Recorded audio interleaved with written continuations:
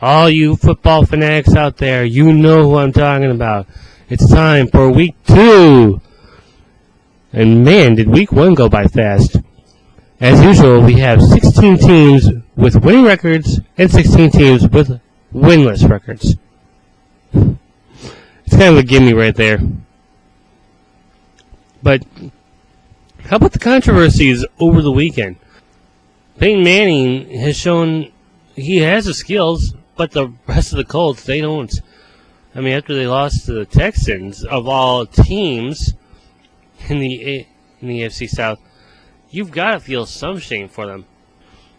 How about the controversial finish in Chicago? You know, late in the fourth quarter, Detroit on the move, throw a pass out to Calvin Johnson. Looks like he has it. 2 feet on the ground. His butt lands on the ground. He's still holding the ball. He spikes the ball onto the turf. The ball comes loose. He gets up. All the Detroit Lions are celebrating. Wait a minute. The Detroit Lions are winning in Chicago after several losing seasons. Not a win in 3 years on the road. They go out and they go to Chicago and what? Nope. There is a call on the field that is being discussed. There are going to be debates about this. The player has to have full handling of the ball, which means he has to hold on to the ball when he goes to the ground and when he comes back up. That's the second act that it was being discussed, and the second act was, well, he did not maintain control. The ball popped loose as soon as he tried to get up. And a lot of people are saying, you know, that was a bad call. He had both feet on the ground. He had possession. He didn't go out of bounds. And I feel for a lot of people, especially for the Lions fans.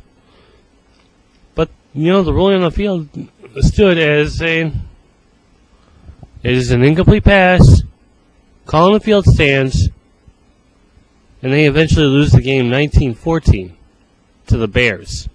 So, you know, the woes go on, but that was quite a nail-biter. And how about the finish in Washington? Tony Romo rolling out and throwing a pass, gets a touchdown, and the Cowboys are 1 point away from taking a 14-13. Nope. Holding. Offense. Since the play happened as soon as time expired, there will be no touchdown. The game is over. So that's got to be heartbreaking right there. And how about the new Giant Stadium? It looks radical. I don't need to tell you how big it is.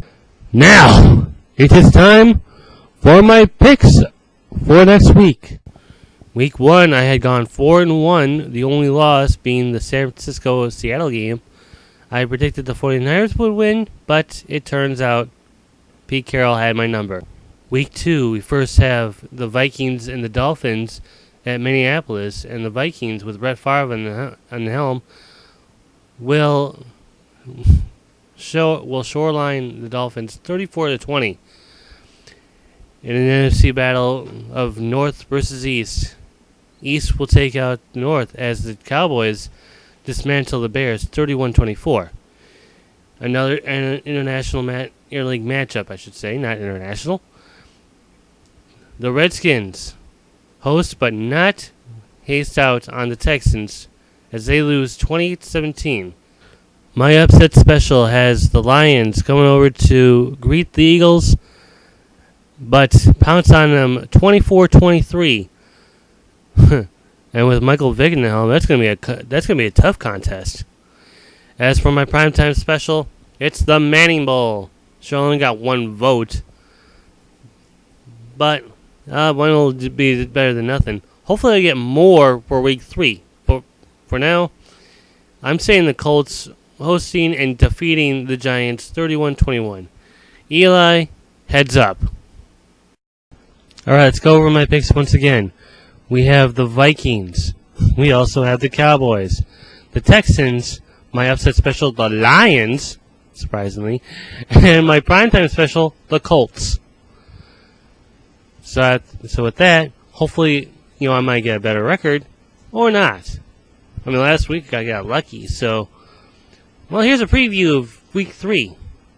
2 games for Primetime Week 3. First start off with an AFC battle as the Jets go to Sun Life Stadium to battle the Dolphins. And Monday night is an NFC North rivalry gone for century as the Packers head over to Soldier Field to take on the Bears.